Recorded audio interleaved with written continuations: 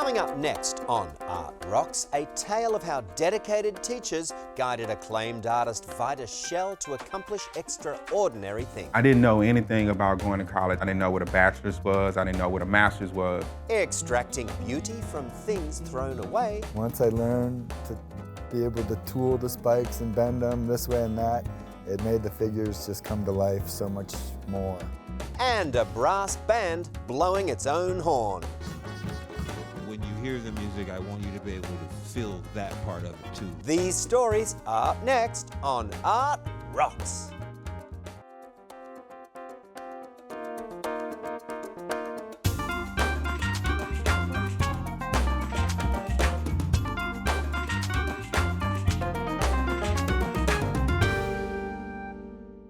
West Baton Rouge Museum is proud to provide local support for this program on LPB, offering diverse exhibitions throughout the year and programs that showcase art, history, music, and more.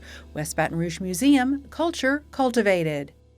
Art Rocks is made possible by the Foundation for Excellence in Louisiana Public Broadcasting and by viewers like you. Hello, thank you for joining us for Art Rocks with me, James Fox Smith from Country Roads magazine. This story begins in Monroe, where a young artist from a tough background is garnering national acclaim for his ability to capture and celebrate the African American experience on canvas. Today, Vita Shell is an instructor at Louisiana Tech University in Ruston, but he's been making art all his life.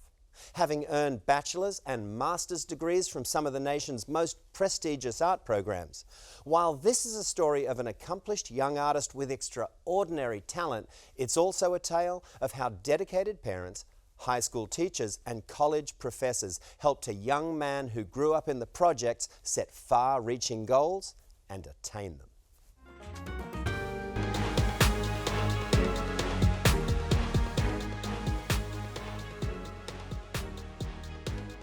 The goal of my work is to make these connections between old and the new. I think a lot of times we live in a bubble and we forget that we got here through other things that happened before us. I'm always trying to unpack those things that's been hidden.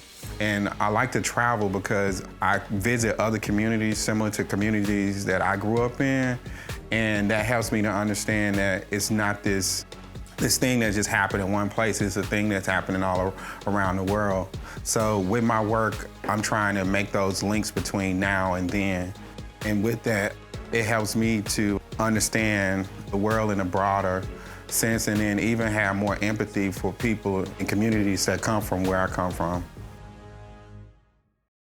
The way I make decisions on what I paint is the thing I've been doing since I was 3 years old. It's really me trying to understand the world around me through my art.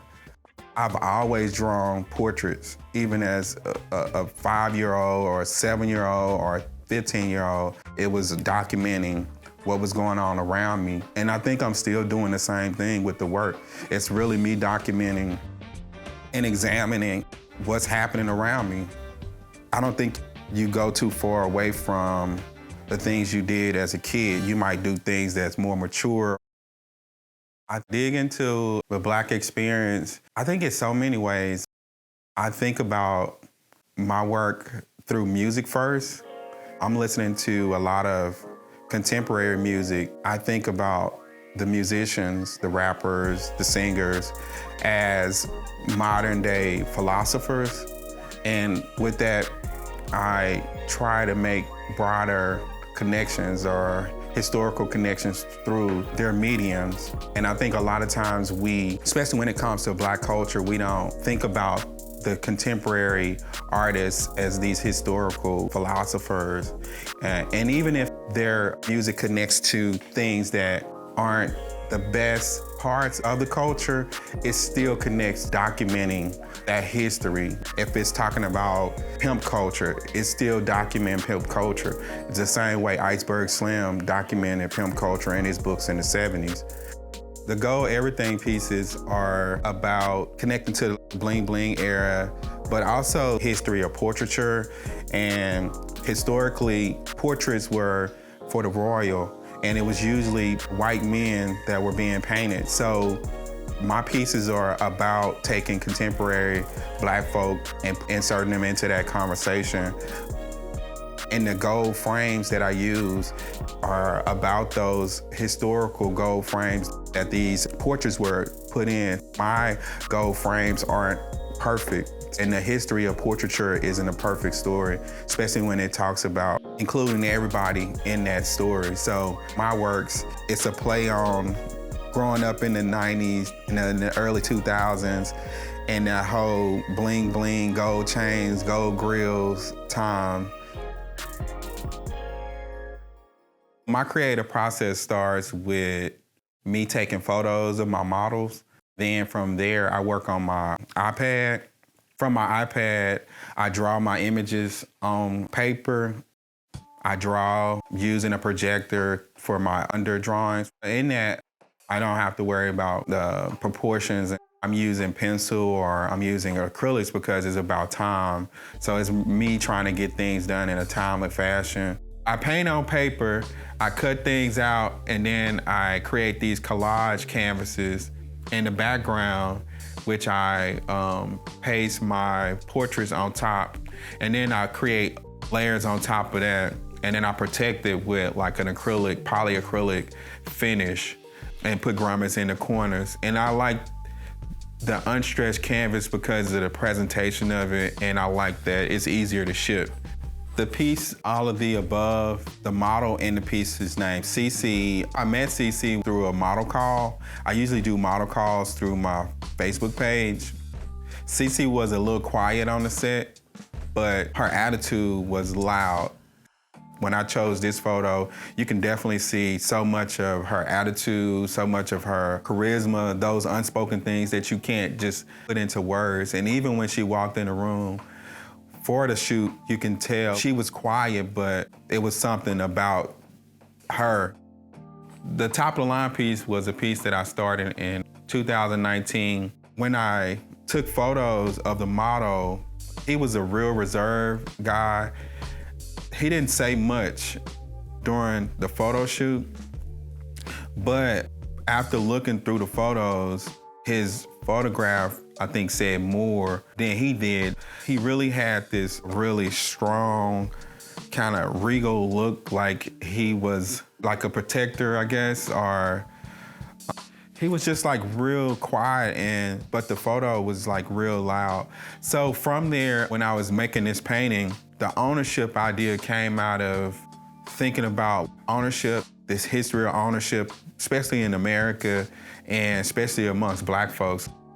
That whole thing of owning things and being on the culture, music. People know us from doing these things, but a lot of times we don't have that ownership, that long history of no agency within those things. The top of the line was also a song title from one of the Cash Money records.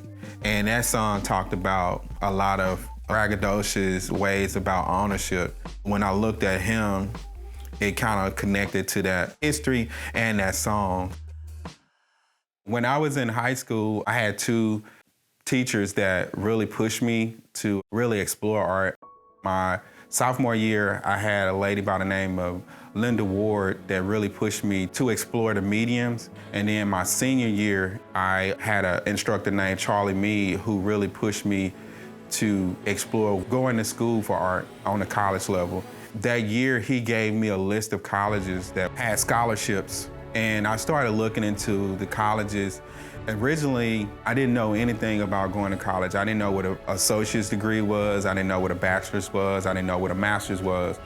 I got into Memphis, then I got into Savannah College of Art, and I chose Memphis because my dad was like, if you go to Savannah and your vehicle break down, I'm not gonna be able to help you. So I chose Memphis because it was closer. I think Memphis was the better choice because in Memphis I got a full education, not only through the schooling, but also an experience. Working with the artists in Memphis and even being on a scene that was growing at the time was a good place for me to be. I was introduced through the dean at my school, Alonzo Davis, to a lady named Brenda Joy Smith. And Brenda Joy Smith was a working artist in Memphis. And seeing her practice, seeing where they live and work, her and her husband, Robert, that made me want to take art serious. I learned the business from Robert, and then I learned the practice from Brenda as far as like using reference photos, how to archive things. And then from Robert, I learned how to kind of navigate the art business. They kept me around for years. As a college student, sometimes your funds are low, so sometimes I would eat with them, and sometimes I would travel with them. The first time I went to New York and California was with Robert and did the business for her. In 2003, I got my first big project, which was a public art project through the Urban Art Commission in Memphis. And I worked in this community called the Orange Mound, which is a historical community, one of the oldest Black communities in the country. I did some murals of people from the community. One of the schools, which is a historical school, produced a lot of NFL players that came from that community. But they had lawyers and doctors. I went into grad school at the University of Mississippi in 2005. I received the Masters of Fine Arts award from the Joan Mitchell Foundation. That really opened up a lot of doors. That same year, I got into a prestigious program called Skowhegan School of Art in Skowhegan, Maine. All those things happened in the same year. And from there, Skowhegan opened up doors for me to do other residencies. So in 2013, I did the Joan Mitchell residency. I was part of the first pilot program at the Joan Mitchell Center in New Orleans. I've done about 12 different residency programs over the years. My biggest, most recent accomplishment has been the Bout It show that I did at the Hilliard Museum on the University of Louisiana at Lafayette's campus. The Bout It exhibition really took a lot of time to make the work. I made bigger work. All the work was pretty good size. I made one of the biggest pieces that I've ever made for that show, 10 by 12 feet, which on a wall, it looks like a mural in itself. To me, the importance of residencies is it gives you time and space to work. It gives you time to think.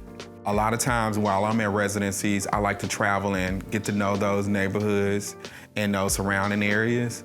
Some residencies are educational based. They might introduce you to workshops and talk about like maybe the business of being an artist. I think each residency has its strengths, but all of them, you make connections with other creative folk. 2021, I received an email that I was nominated to be the Artist of the Year for Louisiana Life magazine. A couple months later, I received another email letting me know that they wanted to come and photograph me to be in the magazine. And it was kind of like I didn't understand at the time what the whole thing was gonna be. After the photo shoot, I got another email saying that they were gonna use me to be on the cover of Louisiana Life as the Louisianan Artist of the Year. From there, it's been, I don't really know how to explain it. It's just been like a experience that I go places and people like look at me like a little longer than they normally would. But it was because I think because of that, the cover, being on the cover. And sometimes I had to go buy magazines for family members. And people like, this you on the cover? And that's like, yeah, that's me, this me. So it's just been an interesting experience. And for me, it's one of those trophy type of achievements that you don't fully grasp the whole of it until later. The more I travel, I feel a little bit more like the importance of it. When people come into my studio, because we have open studios here, when they see the magazine cover, that really concretes what I'm doing here for them. Being compared to Langston Hughes and W.E.B. Du Bois, for me, I just think about it's a continuing effort to continue these fights that they started. That's the only way I think about it. I try not to get too caught up in any of that conversation. I just try to do what I can on my own and in my own ways. I try to build my platform and then pull other people up. So I think about it being more of a giving more people agency to fight these same fights.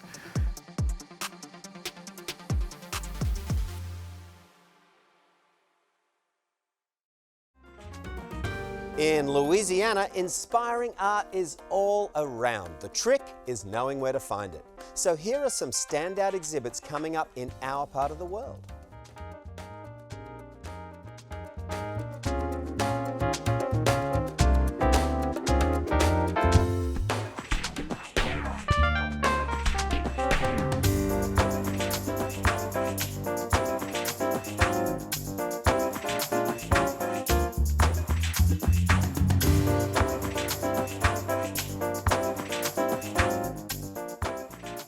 For more on these exhibits and scores more cultural attractions, consult Country Roads Magazine, available in hard copy or online. Or to see or to share any episode of Art Rocks again, visit lpb.org/artrocks.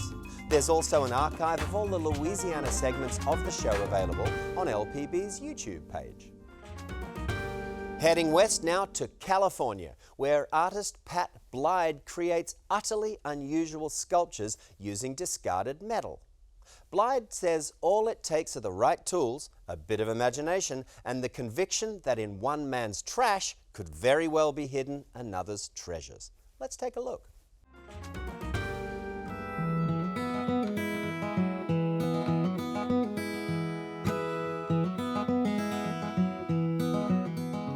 I am a metal sculptor. I learned my trade through being a metal fabricator. I worked on a lot of farms in the Midwest, then came to California, started working at ski areas, doing the same thing, and started from there. When they say artists pay their dues, all that is learning your trade. I got so much better when I became a full-time artist, and that's all I did. So I had 8 hours a day to come up with art and do art, whole different world than coming home from an 8-hour job and then doing art. So when you're immersed in it all day long, it is amazing how much better you get just because you're doing it all the time.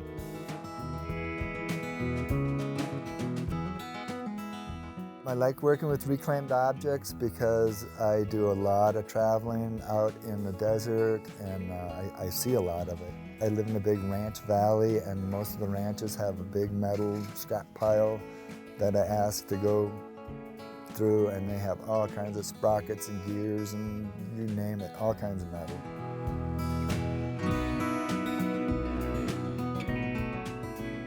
One of my number one pieces of metal I like to use are the railroad spikes because they're quite plentiful. They're all railroad spikes that were used on the Transcontinental Railroad, so they got quite a bit of history behind them. I used to walk the tracks with the pickle bucket until my arms dropped off, and then I found out after 9/11 that it's a $350 fine for trespassing on the tracks. So now I buy them from a railroad salvage place. Apparently there's 10,000 spikes per mile of track. So I figure I'll have spikes for the rest of my life. As far as using the spikes, I have to use 2 big fans blowing on me because there's still creosote oil in the spikes.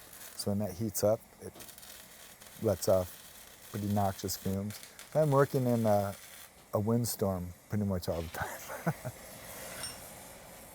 When I first started, I kind of got the basic Da Vinci man. You know, I found the feet, the hips, the shoulders, and a lock washer that they used to bolt the tracks together I used for the head. At first, I didn't know you could bend the spikes as easily as you could. And once I learned to be able to tool the spikes and bend them this way and that, it made the figures just come to life so much more by putting nuances of movement into the sculpture. Like a downhill skier in midair, tips just crossed a little bit. Little things like that, you know, before I didn't pay that much attention to, but now I'm refining the movement more and more. The reason I do all the sports figures mainly is because I I'm a partner of an art gallery in Truckee, and people buy the stuff that they do. So all the skiers, mountain climbers, I mean, you name it, any sport that happens in Truckee, mountain biking, paddle boarding, people who do that stuff are just, they're just drawn to those sculptures because it is what they do. And I guess they see a bit of themselves in the sculpture, which is awesome, because the more sports that get invented, the more I get to challenge myself in making stuff.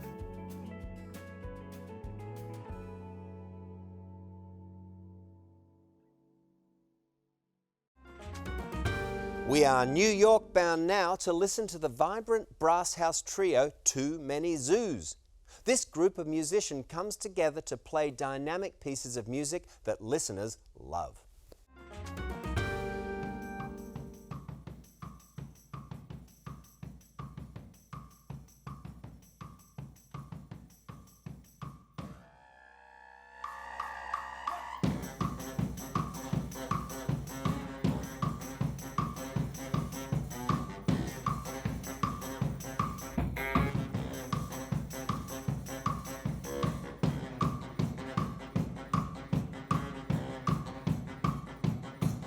When we first started, we were just improvising.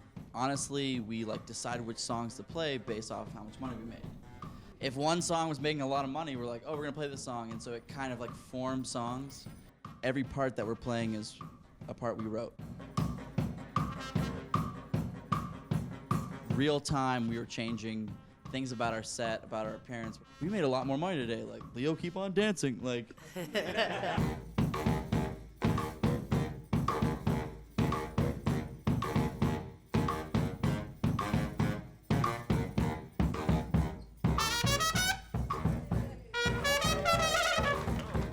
Eventually, we had to make the name.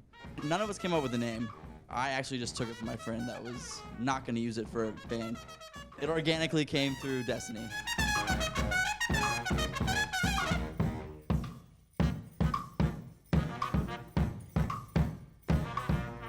I come from more of a traditional music background, like African music, traditional folkloric music. In that experience, it's a little bit different. It's more about the ritual and experience than it is about the performance. I love all the music that was made in the past, but I don't feel the need to recreate it. I feel the need to speak from my experience today. It's really important to me and what I do to keep people moving in that tradition. That's what the drummer did. It kept the community moving, brought the community together.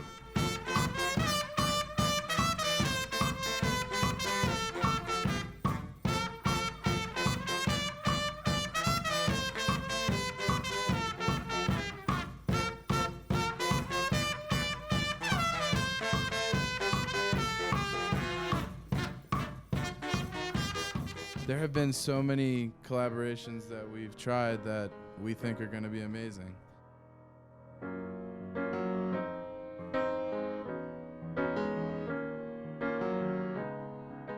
For us, with working with Beyonce, that was just, we're serving her project, and so happy to do so.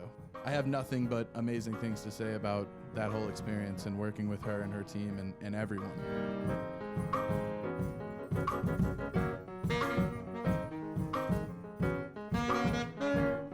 I think a lot of it is time and place and where each respective party is at musically. Also having the ability to leave your ego at the door and kind of come to that situation ready to work with others. I never really heard the term busking until we became viral. I'd always considered myself a street performer even before I was in this band. I was performing. That's what I always call myself. We realize how fortunate we are. The real special thing about this band is that everyone believes in themselves individually. There's a lot of risk up here. When you go down into the subway to play, you don't know if you're going to pay your rent at the end of the month.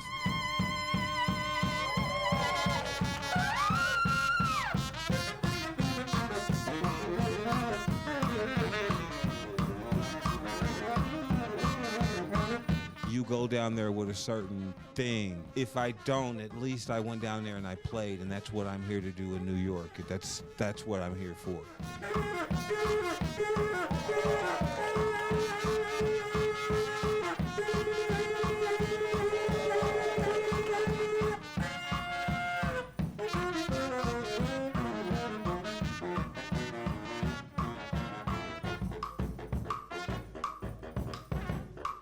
It gets sort of kind of misconstrued about our experience. I don't want people to misunderstand that you just go and you just play and someone puts a camera on you and it just sort of magically happens. There's a lot of sacrifice. When you hear the music, I want you to be able to feel that part of it too, that angst or that thing is us celebrating the fact that we get to do what we get to do.